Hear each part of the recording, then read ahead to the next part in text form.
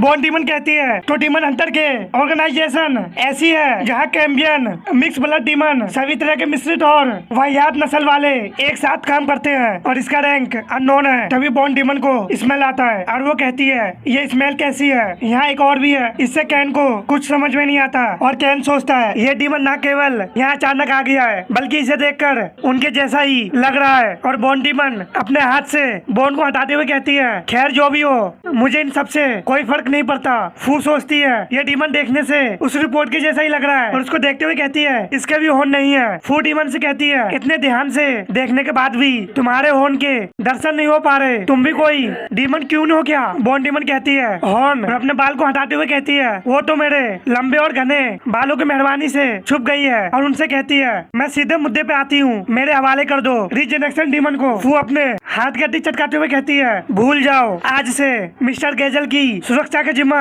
हमारा है। डीमन कहती है मैंने कहा ना कि उसे मेरे हवाले कर दो। फू कहती है और मैंने भी कहा ना कि नहीं करूंगी। डीमन कहती है तुम्हें मरने की बड़ी जल्दी है। फू कहती है कोशिश करके देख लो, मुझे फर्क नहीं पड़ता तुम क्यून हो या सर्वेंट। और अपने थर्ड आई को ओपन करते हुए कहती है क्योंकि इस डेजर्ट की क्वीन मैं हूँ। डीमन कहती है ओ हाँ तुम भी उन टीम लीडर में से एक हो, मुझे बेमतलब की फाइट में नहीं पड़ना। कोरेल हटाओ इसे यहाँ से। तभी फू के पीछे से एक छोटा डीमन निकलता और कहता ठीक है, जिससे फू काफी हैरान होती है और उसे देखते हुए सोचती है क्या ये एक डीमन है और ये मुझसे कब आके चिपका। तभी हम देखते हैं वहाँ पे एक धमाका होता है और फू वहाँ से गायब हो जाती है। ये देखकर फॉक्सी हैरान होते हुए कहती है वो गायब हो गए। कैन कहता है डीमन तुमने फू के साथ क्या किया। बॉन्ड डीमन हंसते हुए कहती है तुम्हें उसकी चिंता करने की जरूरत नहीं है, मैंने उसे बस थोड़ी दूर भेजा है। ये वही सेम तरीका है जिससे मैं यहाँ पे आई थी। हम फू को देखते हैं जो कहती है मैं कहाँ हूँ। तभी फू को वही कार दिखता है जिससे कैन और फॉक्सी आए होते हैं। फू उसे देख के कहती है ये हमारी कार है, मैं मुश्किल में हूँ, मैं उस एरिया में हूँ जहाँ हम पहली बार मिले थे,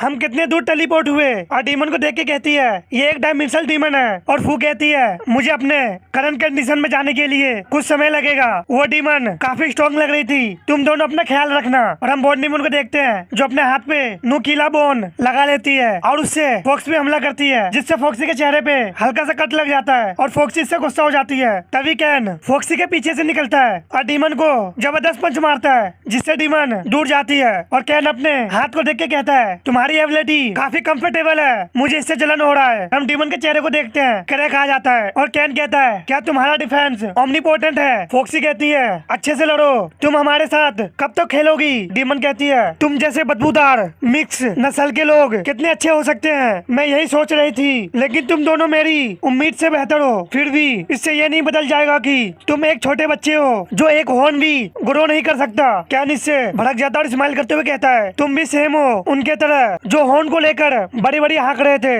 लेकिन तुम्हें पता है क्या, तुम में से जो लोग होर्न के बारे में बात करते हैं और हम कैन का बैडस लुक देखते हैं और कैन कहता है उनमें से एक भी मेरे ओपोनेंट लायक नहीं थे।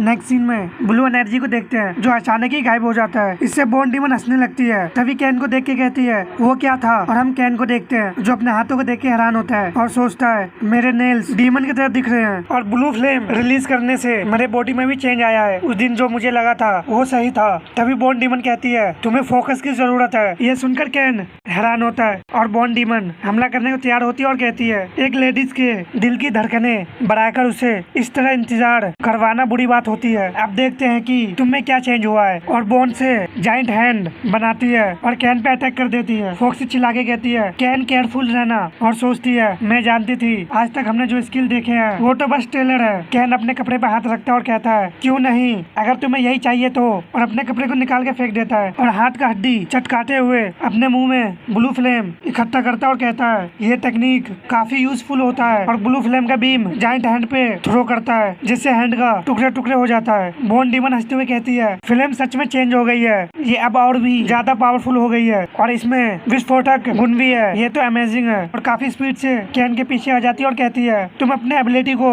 बिना हॉर्न के कैसे अवेकन कर पा रहे हो। तभी बॉन्ड डीमन पे अटैक होता है जिससे उसके चेहरे पर क्रैक आ जाता है और हम देखते हुए अटैक फॉक्सी की होती है और कहती है तुमने उस अटैक को ब्लॉक कर लिया। बॉन्ड डीमन अपने हाथ से एक्स्ट्रा बोन को ड्रॉप करते हुए कहती है इस समय मैं बिजी हूँ तो मिस फॉक्सी तुम कुछ देर के लिए लिए अपनी नाक ना ही घुसाओ और अपनी टेक्निक बॉन्ड प्रिजन का इस्तेमाल करती है, जिससे बॉन्ड डीमन और कैन के आसपास बॉन्ड से प्रिजन बन जाता है। कैन अपने आप को संभालता है और हाँफते हुए प्रिजन को देखता है और बॉन्ड डीमन से कहता है तुम ऐसा भी कुछ बना सकती हो, ये तो लाजवाब है। बॉन्ड डीमन कहती है अब हमें कुछ देर तक कोई परेशान नहीं करने वाला और अब तुम अपना पूरा दम लगाओ और हमला करो मुझ पे। और एक्साइटेड होते हुए कहती है मैं उस पल को अपने आंखों से देखना चाहती हूँ जब तुम हॉर्न ग्रो करोगे। हम देखते हैं बाहर से फॉक्सी प्रिजन पर वाइन ब्लेड से अटैक करती है, जिससे वहाँ पे धमाका होता है। हम देखते हैं उसके हमले से बॉन्ड पे कुछ ज्यादा असर नहीं होता और फॉक्सी कहती है ये इतना स्ट्रॉन्ग क्यों है, और प्रिजन को देखते हुए कहती है अब इसके ऊपर से उड़कर जाने के अलावा और कोई रास्ता नहीं है। तभी प्रिजन के अंदर काफी बड़ा धमाका होता है, जिससे फॉक्सी कहती है ये तो सरप्राइज है, कैन भी काफी स्ट्रॉन्ग है। हम अंदर का सीन देखते हैं, बॉन्ड डीमन मुस्कुरा रही होती है क्योंकि वो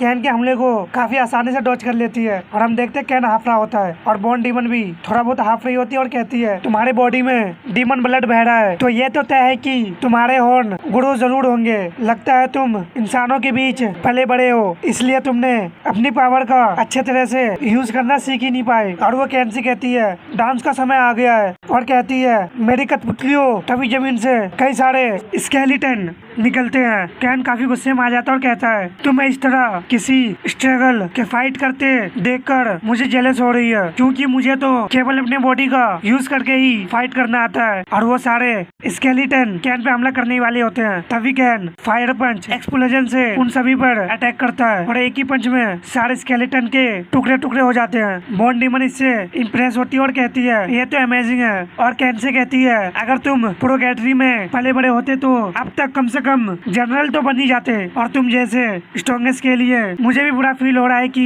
तुम्हारे हॉर्न ग्रो ना होने के पीछे तुम्हारी मेहनत नहीं है, बल्कि किसी ने जानबूझ के उन्हें सील्ड कर दिया है। कैन ये सुनकर जेली डीमन का बात भी याद आता है कि उसने भी यही कहा था। तभी बॉन्ड डीमन काफी स्पीड से कैन के थ्रोट पे अपनी 2 उंगली पॉइंट करती है और कहती है मैंने तुमसे कहा था फोकस करो। कैन उससे दूर हो जाता है और बॉन्ड डीमन कहती है अब मैं फोर्सफुल तुम्हारे हॉर्न ग्रो करने में हेल्प करूंगी। और कैन को बताती है सभी डीमन सेम नहीं होते, लेकिन सभी के हॉर्न सेम कारण से ग्रो होते हैं, और ऐसा तब होता है जब उनपे मरने का खतरा होता है। और मौत का खतरा जब आता है जब तक वो फाइट करते करते मौत के करार तक ना पहुंच जाए। तुम काफी लकी हो क्योंकि मुझ पे कोई रिस्ट्रिक्शन नहीं है। नेक्स्ट सीन में फॉक्सी कहती है इस तरह की सोच मेरी आदत से अलग है, लेकिन मैं ज्यादा कोशिश करूँ तो इसे तोड़ सकती हूँ। और वो यंग रूप में ट्रांसफॉर्म हो जाती है और अपने एक हाथ में वाइन ब्लेड और दूसरे हाथ में वाटर एबिलिटी का यूज करती है, और दोनों को मिला के स्टोन स्पेकिंग का यूज करती है और उस प्रिजन पे ढेर मारती है, जिससे हम देखते हैं वहाँ पे एक बड़ा धमाका होता है। और फॉक्सी कहती है मुसीबतों का हल फोर्स के इस्तेमाल से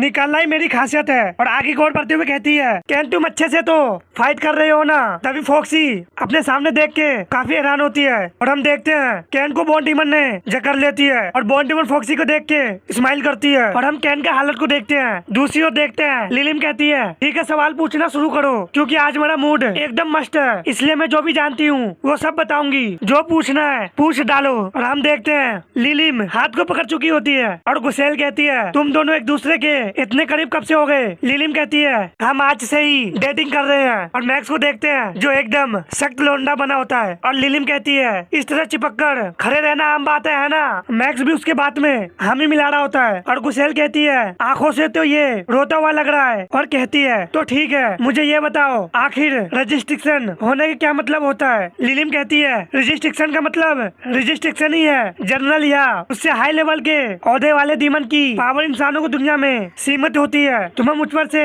रजिस्ट्रिक्शन हट जाने की जानकारी तो मिली ही होगी। और लिलिम अपने ब्लड को निकालते हुए कहती है इसे कुछ ऐसा समझो तुम सुपर ह्यूमन को एक खास लेवल पार कर लेने के बाद नेचुरल से अपनी पावर मिलती है ना। बिल्कुल यही हाल हमारा भी है। प्रोगेटरी जहाँ हम डीमन रहते हैं वो इंसानी दुनिया के मुकाबले 10 गुना ज्यादा डिमोनिक पावर होती है, तो डीमन भी एक खास लेवल पार कर लेने के बाद वहाँ की नेचर से पावर हासिल कर सकते हैं। हालांकि जैसे ही वो इंसानी दुनिया में कदम रखते हैं खराब वातावरण की वजह से उनकी पावर सीमित हो जाती है। बाम कहता है लेकिन वो रजिस्ट्रिक्शन अब हट चुकी है, उन्हें हटाने के लिए क्या करना पड़ता है। लिलिम पहले खामोश होती है और फिर कहती है एक सैक्रिफाइस जनरल के ऊपर वाले पोजीशन के डीमन को दूसरे डीमन की पावर बनने के लिए खुद का सैक्रिफाइस देना पड़ता है। वो एक बैटरी की तरह काम करते हैं है और रजिस्ट्रेशन तभी हटती है जब सैक्रिफाइस अपनी मर्जी से दिया गया हो। ये उन कई कारणों में से एक कारण है जिसकी वजह से डीमन किंग सारी दुनिया में नहीं आते। गुसेल ये सब शांत बैठी हुई सुन रही होती है और बाम कहता है तो यही कारण है कि तुम्हारा भाई अचानक ही गायब हो गया।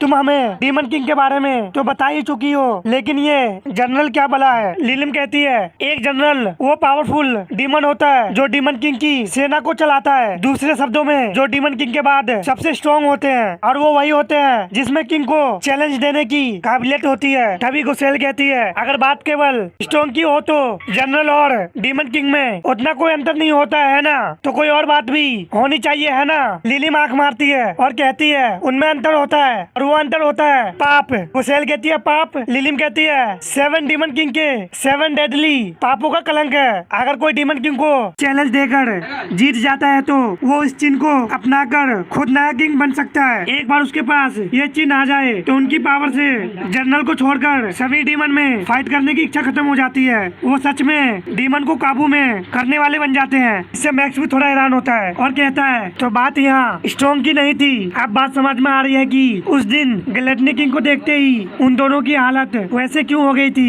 नेक्स्ट सीन में बॉन डीमन को देखते हैं जो मुस्कुराते हुए कहती है क्या कमाल का चीज हो तुम दोनों एक ही स्पीसीज की नहीं हो, लेकिन ये भी अपना रूप बदल सकती है। और हम कैन को देखते हैं जो फॉक्सी का नाम लेता है। इससे फॉक्सी काफी गुस्सा हो जाती है और कैन कुछ बोल नहीं पाता। फॉक्सी अपना वाइंड एबिलिटी यूज करती है। कैन सोचता है नहीं, एक अकेले मैंने ही इसकी पावर को करीब से देखा है, इसलिए मैं जानता हूँ फॉक्सी इस फाइट को अपने दम पर इसे डिफीट नहीं कर पाएगी और ना ही वो इस रूप को ज्यादा देर तक रख पाएगी। और हम देखते हैं उसके नाक और मुंह से ब्लड आने लगता है और कैन कहता है मेरी बॉडी मेरी सुन नहीं रही है, चलो भी हिलो। इसे वही बात याद आता है जब वो फॉक्सी को कहता है मैं तुम्हें प्रोटेक्ट करूंगा। कैन कहता है तुम्हें वो प्रॉमिस करने के बाद आखिर मैं अभी क्या कर रहा हूँ, और काफी फोर्स से पंच बनाता है जिससे उसके हाथ से भी ब्लड आने लगता है और अपने आप को कहता है हिलो भी, किसी भी जगह जाओ चलेगा, लेकिन प्लीज थोड़ा सा हिल जाओ, मैं भीख मांगता हूँ। तभी वहाँ पे जबरदस्त फोर्स निकलता है और कैन पूरी तरह से आजाद हो जाता है। बॉन डीमन कहती है तो फाइनली वो ग्रो होने वाला है और उसके चेहरे से पसीने आने लगता है और वो कहती है मान लीजिए वो है। फॉक्सी कहती है लेकिन तुमने इसे क्यों ट्रांसफॉर्म किया? बॉन डीमन उन दोनों को देखकर मुस्कुराती है और कहती है आखिर तुम दोनों हो क्या? और हम उन दोनों को देखते हैं जिसमें फॉक्सी का बाल सिल्वर और काफी बड़े हो चुके होते हैं और कैन को एक होन आ चुका होता है। कैन खामोश होता है, फिर फॉक्सी से कहता है तुम सिल्वर बाल के साथ भी इतनी सुंदर कैसे लग सकती हो? तुम किस तरह की वुमन हो? फॉक्सी भड़कते हुए कहती है अपना मुंह बंद रखो और अपनी राय अपने पास रखो। और फॉक्सी अपने बाल को देख के सोचती है सिल्वर बाल, ये कंफर्म मेरी फादर की पावर है। डीमन कहती है लगता है अवेकिंग होने के लिए जिंदगी और मौत के बीच दहलीज जरूरी नहीं है।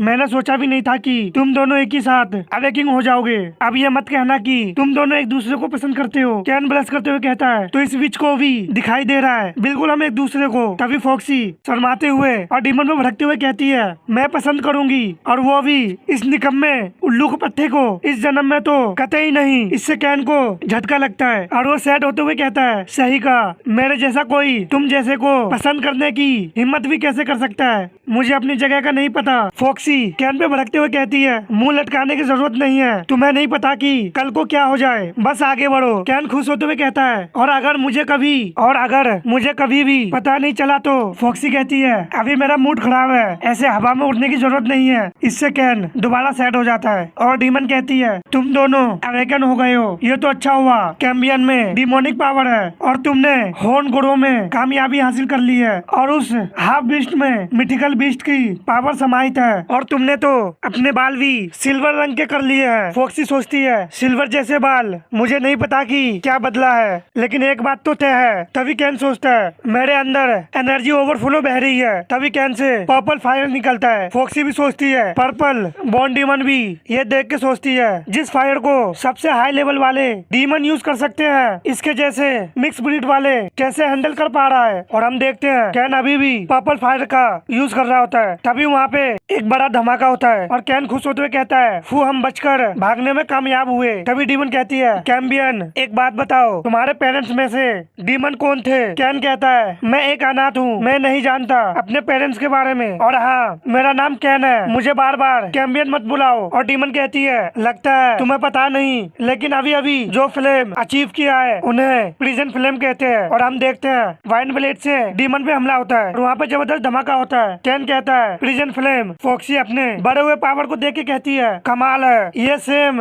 वाइन ब्लेड है लेकिन इसकी पावर कुछ अलग ही लग रही है, क्या है ये? और इसके अलावा हम डीमन को हाथ के देखते हैं जो जम जाता है और फॉक्सी कहती है, वाइंड में जानलेवा ठंड है। डीमन सोचती है, इन दोनों एबिलिटी के बीच का तालमेल और स्ट्रॉन्ग हो गया है, ये दोनों पहले से ही मेरी टक्कर के हैं। लेकिन इससे भी डेंजर बात यह है कि इस लड़के ने तो अब तक अपनी असली पोटेंशियल दिखाना शुरू भी नहीं किया। उस फॉक्स में बेशक डिमोनिक पावर है, लेकिन इस कैम्बियन की पावर का तो कोई लिमिट ही नहीं है। रजिस्ट्रिक्शन तो पहले ही हट चुकी है और मैं अपने सारे स्किल दिखा चुकी हूँ। दूसरे तरफ देखते हैं बड़े स्पीड से फू आ रही होती और कहती है, उम्मीद है कि मैंने देर ना कर दी हो और उम्मीद है कि उन्हें कुछ ना हुआ हो। तभी फू को कुछ फील होता है और वो कहती है, मुझे तो यकीन नहीं हो रहा इस डेजर्ट में स्नो। दूसरे तरफ देखते हैं इसके प्लैनेट फिर से खड़े होने लगते हैं और कैन कहता है, फॉक्सी केयरफुल, जब से उसने अपने हॉर्न ग्रो किए हैं उसमें डैमेज बोन को फिर से रीजनरेट करने की एबिलिटी आ गई है। और हम डीमन को देखते हैं वो भी एक नई लुक में होती है। फॉक्सी कहती है, कोई बात नहीं, इनके बनने से पहले ही मैं उन्हें डिस्ट्रॉय कर दूंगी, अपने इन हालातों में भी हम ये कर सकते हैं। और फॉक्सी अपनी टेक्निक स्नो स्टॉर्म का यूज करती है और एनर्जी को अपने हाथ में फोकस करती है और डीमन पे ढह मारती है, जिससे डीमन काफी हैरान होती है और वो जाके सीधे डीमन को हिट होता है। डीमन सोचती है पहला रीजनरेशन, तभी कैन उसके पीछे से निकलकर उसे पंच मारने को तैयार होता है और डीमन कहती है, डैम इट, मेरे शरीर के जमे होने के कारण से मैं बचाव करने में देर कर दी, मुझे केयरफुल रखते हुए फिर से फाइट करनी होगी। तभी हम कैन को देखते हैं काफी जबरदस्त पंच मारने जा रहा होता है और डीमन कहती है, मैं हार गई। और हम देखते हैं कैन के पंच से डायमेंशन तक क्रैक हो जाता है और वहाँ पे एक जबरदस्त धमाका होता है। नेक्स्ट सीन में देखते हैं कैन आगे की ओर बढ़ता है और काफी स्पीड से पंच को मारते हुए प्रिजन फ्लेम फीस्ट का इस्तेमाल करता है, जिससे फ्लेम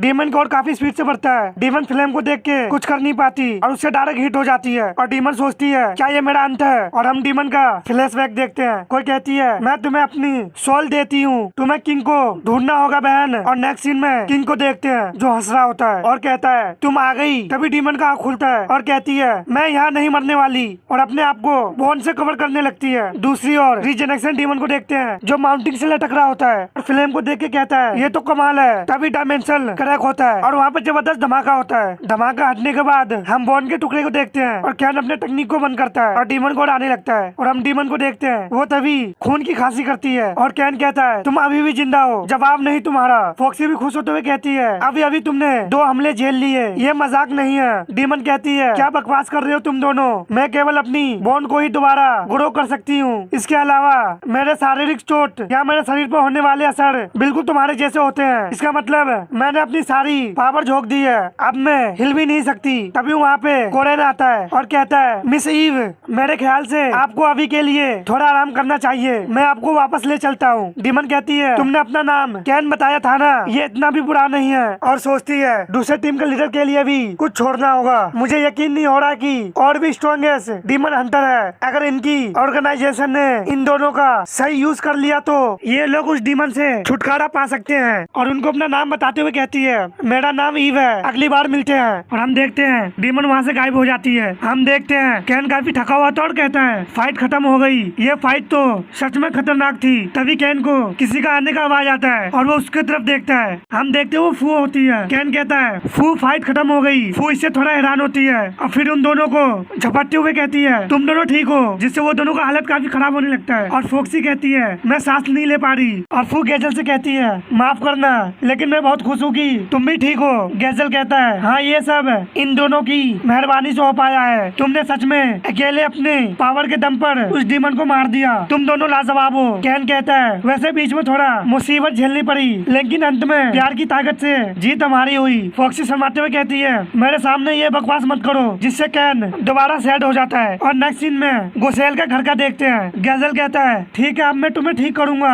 जैसा कि तुम जानते हो मैं एक रीजनरेशन डीमन हूँ, लेकिन मैं दूसरों को ठीक करने में कुछ खास खास नहीं, इसलिए मैं अपनी सेल का इस्तेमाल करूंगा। मैक्स इससे कुछ नहीं बोलता और गैजल अपना एक हॉर्न निकाल लेता है, जिससे फॉक्सी हैरान होती है। गैजल अपने हॉर्न से सेल निकालते हुए कहता है, चिंता मत करो फॉक्सी, हॉर्न 1 महीने में फिर से आ जाएंगे। मेरे शरीर से जो हॉर्न निकाला है वो रीजनरेशन वाले सेल बनाते हैं और इसे एक इंजेक्शन में भरते हुए कहता है, फिर इसी हालत में सेल को इंजेक्शन में डाला जाता है। मैक्स कहता है, क्या ये इतना आसान है? और गैजल कहता है, और इसके बाद जिस जगह डैमेज हुआ है वहाँ पे इस इंजेक्शन को लगा लो। और हम देखते हैं मैक्स अपने आंखों में इंजेक्शन लगा लेता है, जिससे काफी सारा ब्लड निकलता है और वो दर्द से चिल्लाने लगता है। लिलिम कहती है, कैन फॉक्सी, तुम दोनों ने सच में ईव को हरा दिया, उसने अपनी रेजिस्ट्रिक्शन हटाई थी क्या? कैन कहता है, हाँ हम उसे हरा पाए क्योंकि हमने आखिर तक हार नहीं माना और हम एक साथ रहे, एक साथ, पर इतना जोर डालने की जरूरत नहीं है। और मैक्स गिरा पड़ा होता है। लिलिम कहती है, ठीक है, बहुत ही बढ़िया काम किया। और ईव को सोचते हुए कहती है, इतनी मुश्किल के बावजूद भी तुम उसे हराने में कामयाब रहे। प्रोगेटरी में उसका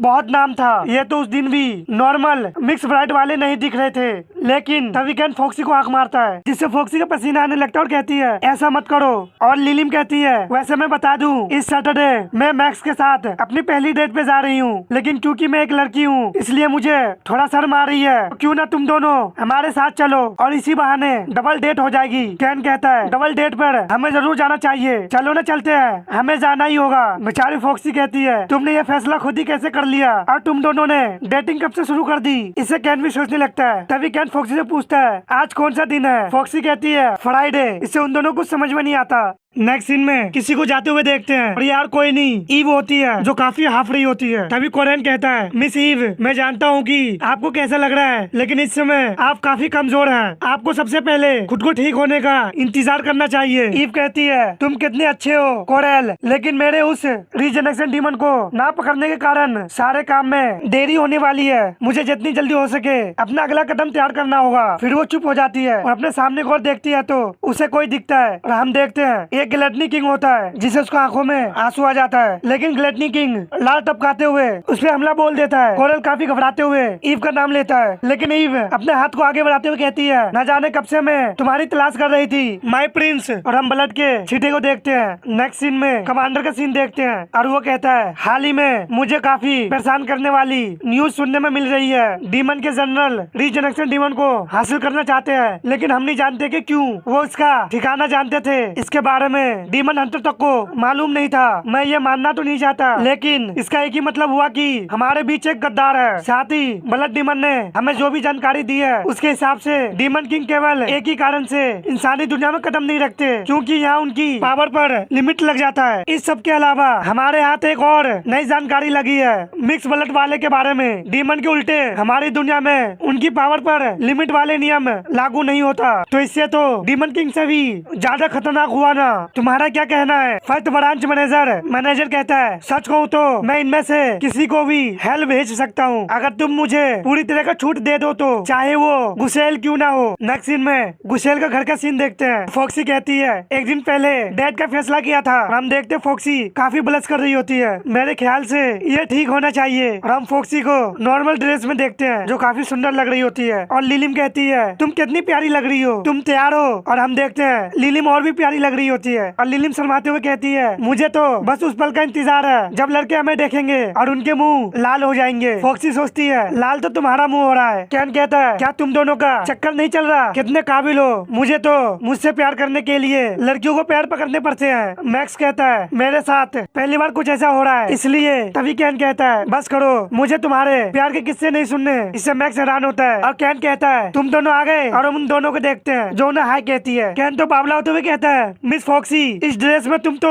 बहुत ज्यादा क्यूट लग रही हो। फॉक्सी शर्माते हुए और हर बात में कहती है, थैंक यू। और उसके पैरों को देख के कहता है, अरे तुमने तो शू भी पहने हुए हैं। फॉक्सी कहती है, हाँ मैंने अपने नाखून भी काटे थे। और सोचती है, हालांकि रात भर में वो फिर से उग जाएंगे। लिलिम कहती है, तो आज कहाँ चलने का सोचा है, चिड़ियाघर या कोई थीम पार्क? हम मैक्स को देखते हैं जिसके पसीना छूट रहा होता है और वो फिर कहता है, तुमने ही तो डेट पर बुलाया है, तो मैंने सोचा कि तुमने जगह चुन ली होगी। फॉक्सी कहती है, अच्छा। और मैंने तो केवल अपना पर्स ही लाई हूँ। और लिलिम कहती है ओ नहीं, और मैं तो बस अपनी खूबसूरती और अदाई लेकर आई हूँ। फॉक्सी कहती है अब ये भला किस तरह की पहली डेट हुई। केन कहता है तो तुम भी ये मानती हो कि हम डेट पर है। बेचारी फॉक्सी अपने बात में फंस जाती है और कहती है चुप करो। और दूसरी ओर डीमन कैसल को देखते हैं और डीमन किंग हंस रहा होता है और वो कहता है बहुत समय लग गया लेकिन आखिरकार मेरी रजिस्ट्रिक्शन हट गई है। और वो इंसान जिसने लाइटिंग यूज की थी और मेरे मिट्योर की धज्जियां उड़ा दी, लेकिन अब उसकी पावर मेरे लिए